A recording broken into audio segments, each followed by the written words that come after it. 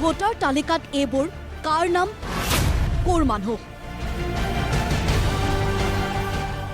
অন্তৰ্ভুক্ত হোৱা অচিনাকি মানুহৰ নামসহ প্ৰতিদিন টাইমে খচৰা ভোটাৰ তালিকাত তথ্য প্ৰমাণ সহকাৰে উদঙাই দিয়াৰ পিছতেই ৰাজ্যত তোলপাৰ। এবাৰ ঢিঙৰ ডমডমিয়াৰ নৰুৱা বালিসত্ৰৰ ডেকা সত্ৰাধিকাৰীৰ পৰিয়ালতে ওলাল অচিনাকি মানুহ। কেনেকৈ সোমাল? ক'ৰ মানুহক কোনে সোমোৱালেহি নৰুৱা সত্ৰত? অসহায় সত্ৰাধিকাৰ। নম্বৰ হ'ল 163। 163 আৰু মুছলমান মানুহৰ নাম সোমাইছে। কেনেকৈ সোমাইছে, কি সোমাইছে এইবিলাক নাজানো। আগলৈ গৈ হয়তো কিবা ক্ষতি কৰিব পাৰে। তাকে এতিয়া আমি বিভাগীয় কৰ্তৃপক্ষক আপোনালোকৰ জৰিয়তে জনাইছোঁ, এইখিনি যাতে শুধৰণি কৰি দিয়ে। এইটো লাহে লাহে এই ওচৰ চাপি আহি আছে। এতিয়া সিহঁতৰ আগ্ৰাসন যেনেকৈ হৈছে, আমাৰবিলাকৰ এতিয়া সমস্যা হৈছে। এইটো বোধ কৰোঁ কোনোবা দুষ্ট চক্ৰান্ততে এইটো আজিকালি অনলাইনতে হয়তো। নলবাৰীৰ বৰক্ষেত্ৰী সমষ্টিৰ পৰিৱেশ আৰু ভয়ংকৰ। সমষ্টিটোৰ 17,200 ভোটাৰলৈ একেলগে গ'ল জাননী। তেওঁলোক হেনো ন' মেপিং জনত স্থানান্তৰিত ভোটাৰ। পূৰ্বৰ ভোটাৰ তালিকাৰ সৈতে লিংক বিচাৰি পোৱা নাই। অন্য স্থানতো ভোট আছে নেকি? নাই। আপোনাৰ ঘৰ ক'ত? মই কালাৰচৰ পঞ্চায়তৰ বৰক্ষেত্ৰী সমষ্টিৰ। আপুনি তাতে থাকে নে বেলেগত থাকে? মই তাতে থাকোঁ। আপোনাক কি বুলি নটিচ দিয়া হৈছে? মোক দিছে চেফটিং হোৱা বুলি নটিচ দিছে। কিন্তু আপোনাৰ তাতে আছে? তাতে আছোঁ আমি। আপোনাৰ ঘৰ ক'ত? মই কুৰিয়ামাৰি। আপোনাক কি বুলি দিছে? মোক দিছে ইয়াতে পাৰ্মানেণ্ট শিফটেড, কিন্তু মই প্ৰথম ভোট 1917 পৰা উঠছে আৰু মই তাৰ পৰাই তাতে বৰ্তমানলৈকে সেই গাঁৱতে আছোঁ আৰু সেই জেগাতে আছোঁ, সেই চেণ্টাৰটোতে আছোঁ। আৰু সেই হিচাপে এতিয়া মোক যে জাননী দিছে যে পাৰ্মানেণ্টলি শিফটেড, মইতো শিফটেড এতিয়ালৈকে হোৱা নাই। এই 17,200 লোকক লৈ শেহতীয়াকৈ শুনানি চলি আছে বৰক্ষেত্ৰী খণ্ড উন্নয়ন বিষয়াৰ কাৰ্যালয়ত। বিশেষ সংশোধনী এই চূড়ান্ত প্ৰক্ৰিয়াত এইসকলৰ বহু ভোটাৰক 7 নম্বৰ ফৰ্ম পূৰণ কৰিবলৈ দিয়া হৈছে। কিন্তু 7 নম্বৰ ফৰ্ম পূৰণ কৰি দাখিল কৰা মানেইতো ভোটাধিকাৰ কৰ্তন। তেন্তে হৈছে কি? এইটো বৰক্ষেত্ৰীৰ কাৰণে এটা আতংকৰ পৰিৱেশ কৰিছে। সাধাৰণ পাব্লিকবিলাক যিবিলাক চহৰত বাস কৰে, শিক্ষাৰ ক্ষেত্ৰত তেওঁলোকে বহুত দুৰ্বল, সেই সুযোগটো তেওঁলোকে লৈছে।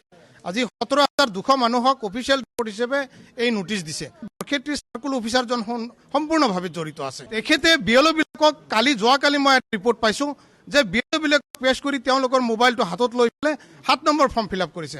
7 নম্বৰ ফৰ্মটো হৈছে ডেলিগেশ্যন ফৰ্ম, যিটো ফৰ্মৰ জৰিয়তে সেইটো ফিল আপ কৰি ছাবমিট হোৱাৰ লগে লগে ভোটটো কৰ্তন হ'ব। আপুনি বিহাৰ অথবা পশ্চিমবংগৰ SIR জৰিয়তে প্ৰস্তুত কৰা ভোটাৰ তালিকা তথ্যলৈ চালেই দেখিব এনে স্থানান্তৰিত লাখ লাখ ভোটাৰৰ নাম ভোটাৰ তালিকাৰ পৰা বাদ পৰাৰ অভিযোগ উঠিছে। তেন্তে চূড়ান্ত ভোটাৰ তালিকাৰ পৰাও বাদ পৰিব নেকি বৰক্ষেত্ৰীৰ 17 সহস্ৰাধিক লোকৰ নাম? বিষয়টোত বাৰে বাৰে মুখ্যমন্ত্ৰীৰ এটাই কথা, সময় আছে, চূড়ান্ত ভোটাৰ তালিকাত ভুল হ'বই নোৱাৰে। ভোটাৰ তালিকাত প্ৰথম এইখন খচৰা তালিকা, গতিকে খচৰা তালিকাত অলপ ভুল শুদ্ধ থাকে, কিন্তু মই নাভাবোঁ যে চূড়ান্ত তালিকাত কিবা ভুল থাকিব বুলি। কাৰণ খচৰা তালিকাত মানুহে এটা টাইম লাইনত দিয়ে, কেতিয়াবা ওচৰৰ মানুহৰ ঘৰো সোমাইছে, কাষৰ সোমাইছে, লাহে লাহে ঠিক হৈ যায়। মই তেনেকৈ নাভাবোঁ। মই ভাবোঁ ই এটা বহুত ডাঙৰ কাম, 2 কোটি মানুহৰ নাম লিষ্টত সোমোৱা। গতিকে অফিচাৰসকলৰ ওপৰত পোনে পোনে আমি সন্দেহ কৰিব নালাগে, তেওঁলোকক আমি এটা সুযোগ দিব লাগে। আৰু মই ভাবোঁ যে চূড়ান্ত ভোটাৰ তালিকাত এই সমস্যা নাথাকে। তেওঁলোক যদি ঢিঙৰ পৰা আহিছিল ঢিঙত সোমাব, যদি ৰূপহীৰ পৰা আহিছিল ৰূপহীত সোমাব, আৰু কোনোবা যদি বাংলাদেশ ঘূৰি গ'ল তেওঁলোকৰ নাম নোসোমায়, কোনোবা পশ্চিমবংগত গ'ল, কেৰালাত গ'ল, তাতে সোমাব। কিন্তু য'ত উচ্ছেদ হৈছে সেই জাগাত থাকিব নোৱাৰে। কিন্তু উচ্ছেদ হোৱা মানুহে যদি সেইখন জাগাৰে ওচৰৰ ভাড়াঘৰ এটাত থাকে আৰু ভাড়াঘৰৰ মালিকে যদি কয় যে যোৱা 6 মাহৰ পৰা আছে, তাত সোমাব পাৰে। সদৌ অসম ছাত্ৰ সন্থাৰ প্ৰতিক্ৰিয়া, অচিনাকি মানুহৰ নাম কেনেকৈ সোমাল? কোন বিষয়া কৰ্মচাৰীৰ ভুলত এনে হ'ল? নিৰ্বাচন আয়োগ সংবেদনশীল নহয় কিয়?